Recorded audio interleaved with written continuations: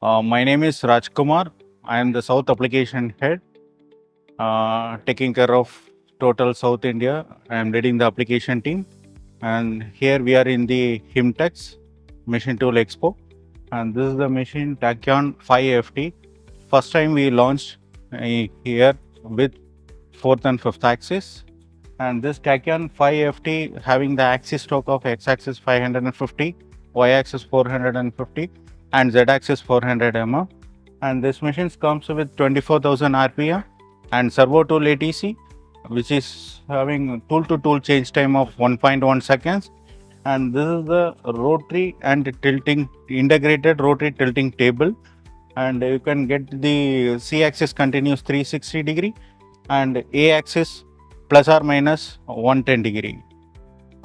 Basically, it's a high-speed drill tap centers where the component customers are looking for the solution of non-cutting time to be lesser. So the machine is having the 60 meter rapid, and because of the high-speed tool change ATC, you will get the lesser non-cutting time.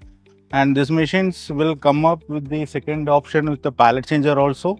This is the FT model without pallet changer. The another model is come with pallet changer also.